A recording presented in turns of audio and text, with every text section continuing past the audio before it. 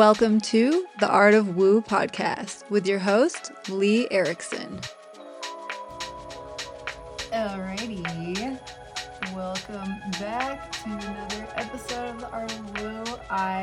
It's been a minute and I apologize. I did want to come on here and say that it's been a very busy summer, to say the least. I've been working my other job and just trying to, basically side hustle summer. You can use that phrase if you'd like. Might have to coin that term. But yeah, just been trying to work on other things that actually make me money. Because I hate to say it, but this doesn't quite do that. But that's kind of what I was going to get into today. So today I really wanted to talk about the subject of Jupiter and Gemini. And the reason being, and for any other people who follow astrology or other astrologers out there, you're probably thinking to yourself, why the hell is she talking about Jupiter and Gemini? Because Jupiter actually moved into Gemini back in May, like the end of May, and I am currently recording this mid-July. So yes, I'm a little dated or delayed, you could say, when it comes to talking about this subject, but Jupiter moved into Gemini end of May 25th, and it will be there for about a year. It's going to be there until June 9th, 2025. And the biggest reason why I wanted to talk about this today is because, pulling back aside from astrology and that specific topic, just, I've been thinking a lot about what it is that I want to discuss on this podcast more and more. When I took a step back today and finally kind of had the space and time to figure out what it is that I really want to bring to awareness to whoever wants to listen to this, is the topic of Jupiter and Gemini. Because Jupiter is the planet of optimism and expansion and abundance. And I don't know about you guys, but for me personally, it's been a rough couple of years. I think it's pretty safe to say that for quite literally everybody out there. But very much in recent months, it's been very intense. It feels like it's been intense for a long time, but it really feels especially intense in the last few months mostly because of the political environment that we are in, and the ripple effects of that. And again, I don't know about you guys, but my feed, more or less, it's hard to avoid the political, just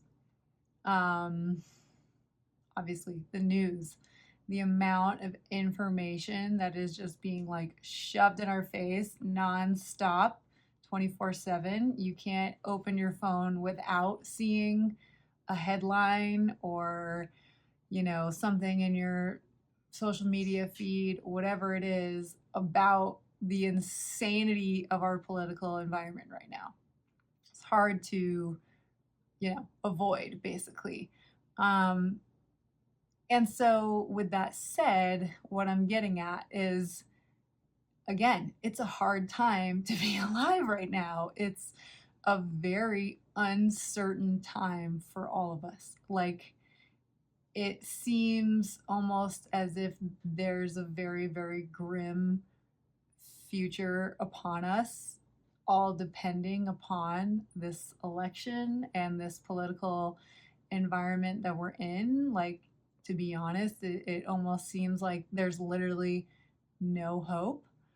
And yeah, I think a lot of us are feeling that right now. So that is why I really felt it kind of just like finally came to me, because I kind of in the past couple of days I was like, what am I going to use this time and space to talk about? What is kind of the most important thing for, the collective to receive right now? And I always want to make sure that like my whatever I'm putting out there into the world right now is worth your time. And just a side note too on that, like I really, being someone who's now in this like creator world of producing a podcast and videos, content, whatever you want to call it, um I obviously have found myself observing others, right? Like that's kind of just a natural thing to do. And it's insane what these kind of full time creators are putting out. It is like nonstop. I mean, I don't know. Clearly, a lot of these people have made that their full time job, if you will, which is amazing. And I have so much respect for all of those people, because clearly they're doing something right where enough people are paying attention to them and what they have to deliver in this world right now. But it's kind of gotten to this point where it's like every single day, every like few hours, every 4 hours or whatever it is, there is like a new video out or a new post or a new something, something, something, content, content, content, content. And it's overwhelming for me because I'm back to astrology. I am a Sagittarius sun. And so Sagittarius is actually ruled by the planet Jupiter. And Jupiter, again, being the planet of abundance and expansion, it tends to magnify whatever it is it comes encounter with. So that being my ruling planet, Sagittarius like thrives off of abundance. And for me, like I get into these modes where I overload on information. And ironically, like Jupiter and Gemini, that is a huge theme right now, which I'll touch on in a little bit. But it's to this point where I'm like, how are these people like doing this where they're constantly putting out so much content, even if it's like a podcast once a week or whatever you have, like whatever these people are doing, it's like unbelievable to me where they are at that point where they are producing that much content. Because for me personally, I really want to make sure I never get caught up in this systematic way of producing content just for content's sake and just for the sake of gaining likes and followers and subscribers and whatever it is, like, which is literally the most, it's like our monetization in this kind of generation right now in a way, which is really interesting and can definitely fuck with your ego quite a bit. I think my moon in Leo has a hard time with that. Leo loves attention as a sign. It loves being in the spotlight. It loves, it's if you were to say, out of all the signs, like where would you kind of place the ego? I think Leo is another word for ego. And it's not necessarily a bad thing, don't get me wrong. Like I know the spiritual community is all about like kill your ego, but we need it to a certain extent, everything, it's all about checks and balances. But anyways, with my moon in Leo, I have a really weird like relationship because the moon is also like the feminine energy. It represents your body. It's almost more of like the internal, like where as like your sun sign is a very external, your moon is kind of like internal, is like a way that I think of it. And it's obviously very emotional. The moon's run by Cancer. Water element, it's a very emotional, comes in waves type of energy. And my Leo moon, and being faced with this current situation, not even situation, sorry, time period, I guess you could say, that we're in, where again, these likes and subscribes and followers and like the insanity of the algorithm, and like kind of just, again, back to like being valued for the amount of people following you and whatnot. It's a very strange thing for me to be a part of, because I never really want to be defined by other people's judgments or opinions. Yet at the same time, here I am putting a freaking podcast out and a video out for people to watch and listen to. And to be completely honest with you, like, I do get caught up in all of that feedback. I really do. And I'm constantly striving for the positive feedback, which I think, again, like, I think a lot of our generation has been kind of trained to do that. So, me and my tangents, that's again, my creative process. I hope you're able to follow that. But with all of that said, back to the focus of this whole episode, Jupiter and Gemini. So hopefully if I made my point across, if not, I'm just going to break it down really clearly. But the reason why I wanted to discuss Jupiter and Gemini right now is because we need an infusion of optimism more than ever right now. We as a collective are getting absolutely inundated right now with fear, like fear beyond measure, and hate and division, and this duopoly. I don't know if that's like the correct term, but basically this kind of black and white division, which is such a ripple effect of this political current environment that we're in. And it's always in the background of our subconscious. I mean, it's ever since the whole like American Revolution, I guess. It's pretty much been this long-standing red versus blue. And I just want to talk about that for a minute. And I know it's so obvious. I know that there's probably so many other people talking about this, but this has just been such a huge, giant narrative in just being, again, pushed down our throats right now of division.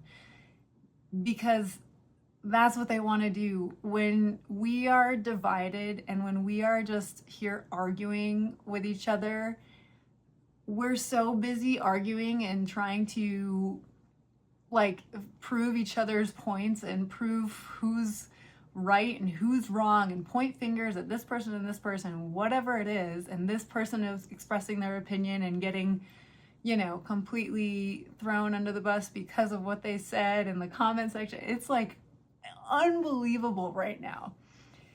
And it's hard not to get sucked into it because there's such an emotion attached to these powerful, powerful feelings, which I do believe, it's tribalism to a certain extent. Like we are almost what am I trying to say? We're almost inherently made to feel this way, but we are in such an important time right now where we are kind of being faced to overcome that. And again, when we're so busy arguing with each other and like literally divided into 2 or 3 or whatever it is, that is the perfect opportunity for the guys up top to continue to control us. And again, I know what I'm saying right now is not like the first time any of you have probably heard this, but I am saying it because it's extremely important right now. We just need to get over our hardcore, like, embedded opinions that we have and somehow find a way to find common ground. I mentioned this in another episode that I had, and actually it was like the last astrology episode, but we all want the same thing, I'm pretty sure. At the end of the day, we all want clean water, clean air. We all want like a place to live. We want like a roof over our heads. We want like a clean, healthy environment. We want to raise our kids or whatever it is, or dogs or whatever you're into. Like, we just want to live in peace. I'm pretty sure all of us do. Even people who are like in the military. I know they're a bit brainwashed in that sense, but it's like, don't we all just want that? So back to Jupiter and Gemini. Like, Jupiter, again, planet of optimism, expansion, and abundance. I'm just going to keep saying that so you can get familiar with it if you're not already. That going into Jupiter is going to bring, as a collective, this is something we need to be very mindful of. And we're already seeing it because, again, it happened in May where it transited from Taurus into Gemini. Gemini represents information, media, communication. Obviously, it's like the twins. It sometimes can be known as like a little two-faced, but that's like a negative. I mean, everything has like a, its shadow, if you will. And Gemini, I mean, it can be so amazing in so many ways. Like this age of information that we're in. I mean, it is spotlighting and magnifying that more than ever right now. If you feel it, like, yeah, I do. I definitely do. So we just need to be mindful of all of this information that we are being inundated with. I just recently was watching like another person that I follow who is amazing, and she's a channeler and, channels like aliens and extraterrestrials. And I fucking love it, to be honest. I eat that up because I think, again, being a Sagittarius, I'm constantly like searching for higher consciousness and higher wisdom to maybe guide us, maybe outside of this human population, if you will, just to get like another perspective and see what that is all about. And one thing that she channeled was really interesting because it literally was just, coming back to the point where us humans are so much more powerful than we really think and that we really know. And we forget all the time, but we literally create our own reality. And so with that said, like, I think it's really important to be very mindful of all of the information that you're taking in. And I'm saying this to myself too. Like, trust me, I am not perfect by any means. Like, I do get, again, just like force-fed to a certain extent, like information that I could care less about, but it's just there, and I look at it and I read it, and then it's in my consciousness, and then that becomes part of my reality. So just be careful what you're taking in, and especially this like age of information. Obviously, there's a lot of misinformation. And at the end of the day, the most important information that is out there is your own intuition. And I know I say this all the time, but it's like the strongest thing that we have at the end of the day. And if we don't practice it enough, like, it's not gonna really work for us. We literally need to practice it like a muscle. Like, we need to like strengthen it. Like, because we all know what's right for ourselves. And I think we do all know what's right for the collective. And we need to get over these arguments and comments and all of the stuff. So back to Jupiter and Gemini.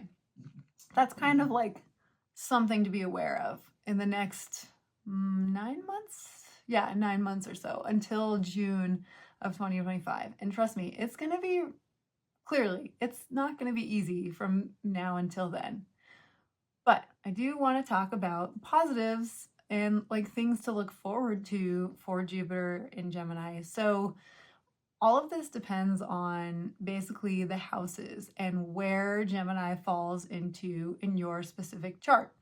So I wish I could kind of like analyze everybody's chart right now, but essentially, if you are able to access your natal chart and if you can find where what house Jupiter lies in, that is basically the house of your chart that is going to get a huge boost, basically. Like a big magnifying glass will be held over that for the next 9 months or so. It's going to be, yeah, infused with optimism and expansion for the most part. And that's great. So I wanted to just like bring that positive energy into this episode and bring it into your world for just like something to look forward to, you know? I think it's so important to have things to look forward to, especially in these wild and crazy times that we're living in. So I do just want to go over the houses right now. And depending on your rising sign, that's where Jupiter will be giving your Gemini house a boost. So for example, I am a Taurus rising. And so Taurus rising means that my Gemini falls into the second house. The second house rules assets, resources, and talents. So that's a pretty awesome one, because that also kind of means like money, finances, resources. And it's been pretty interesting because like, I will tell you, there's been a shift.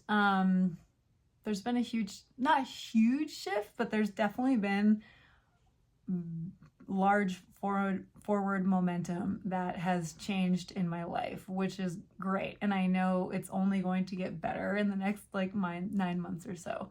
So it's just so interesting. Like I love seeing when astrology actually kind of comes to life in your own life. It's just incredible. I'm going to list out all of the signs and where that will fall in what house like Jupiter lies in for you. Okay, so I'm going to run through all of the signs and just kind of go through the houses where Gemini lies for you, specifically in this transit where Jupiter is in Gemini for the next 9 months or so, and where you're just going to get a total infusion of boost and expansion and hopefully overall optimism in these specific themes in your life.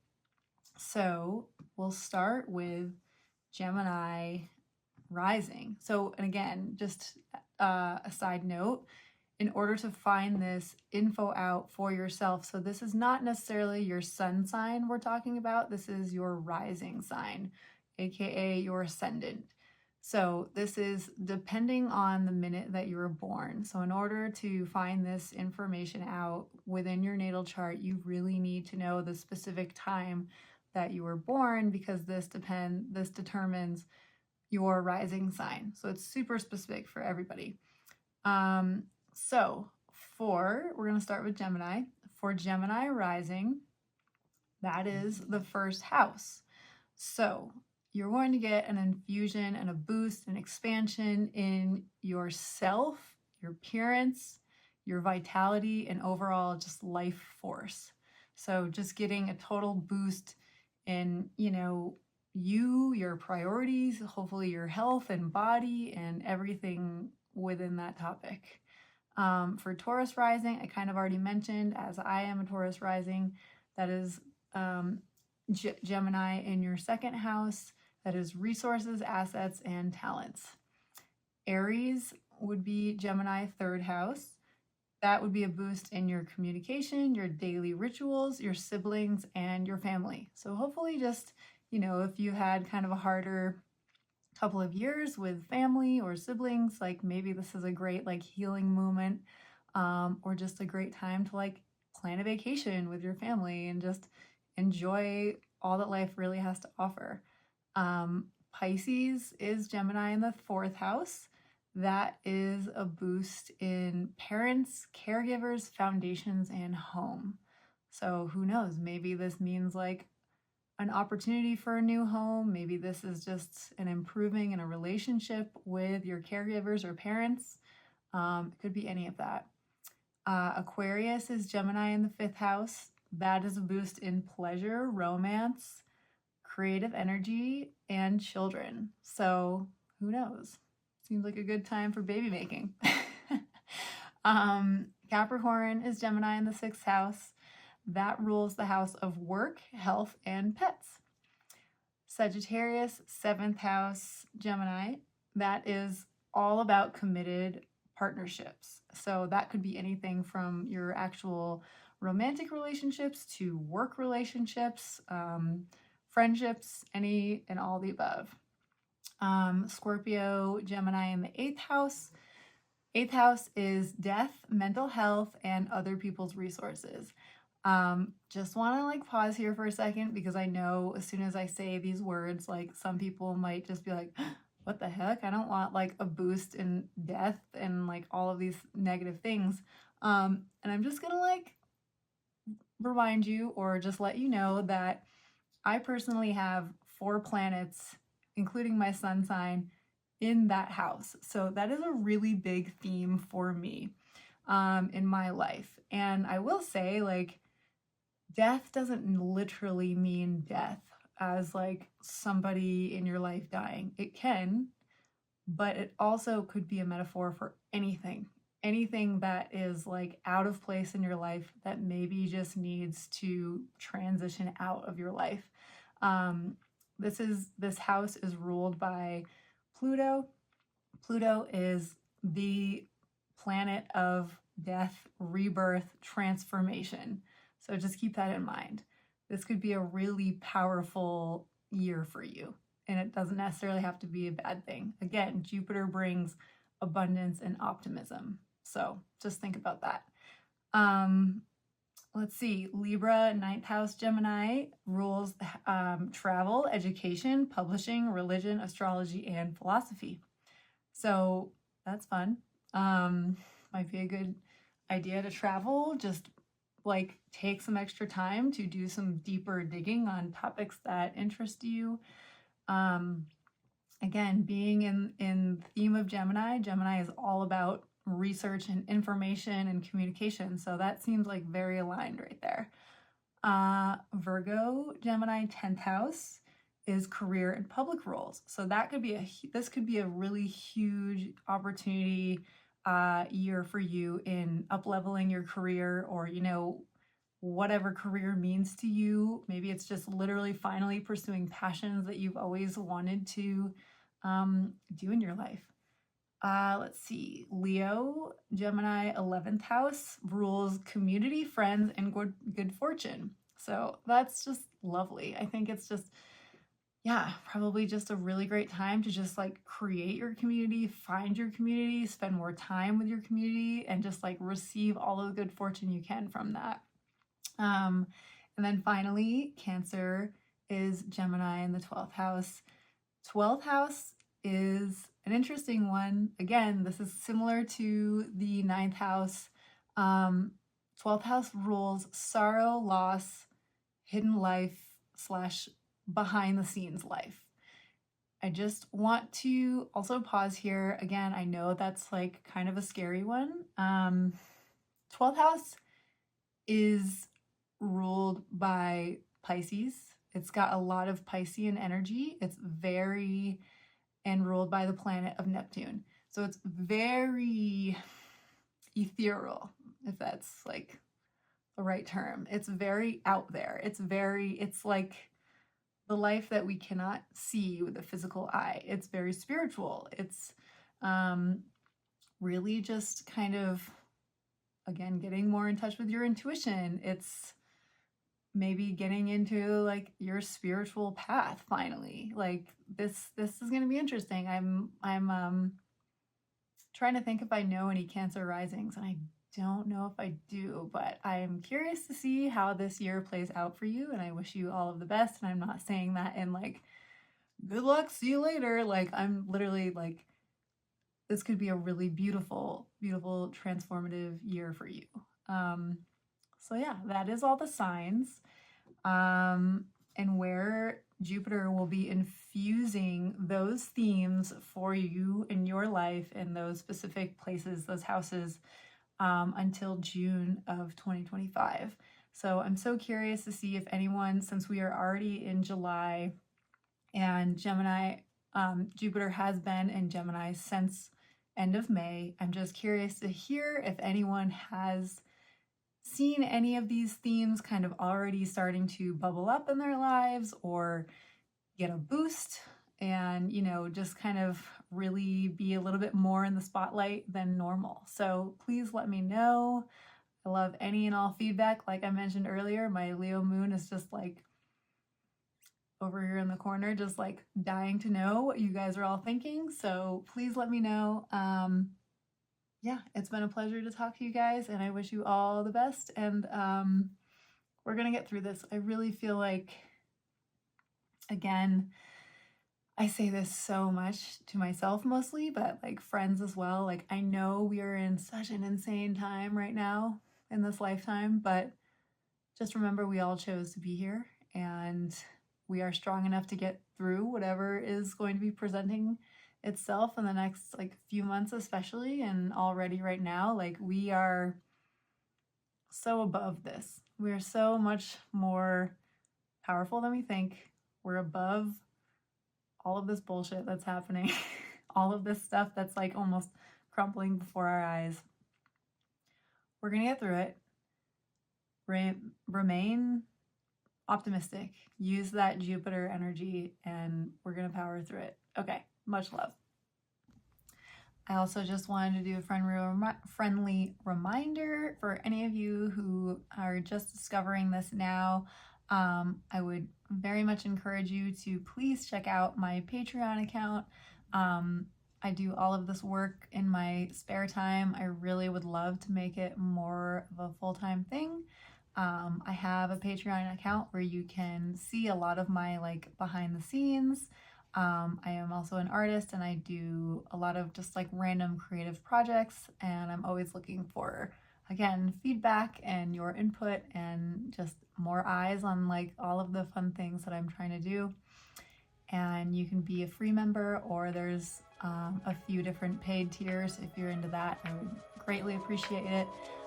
Thanks so much for being here. Don't forget to like and subscribe, and thanks again.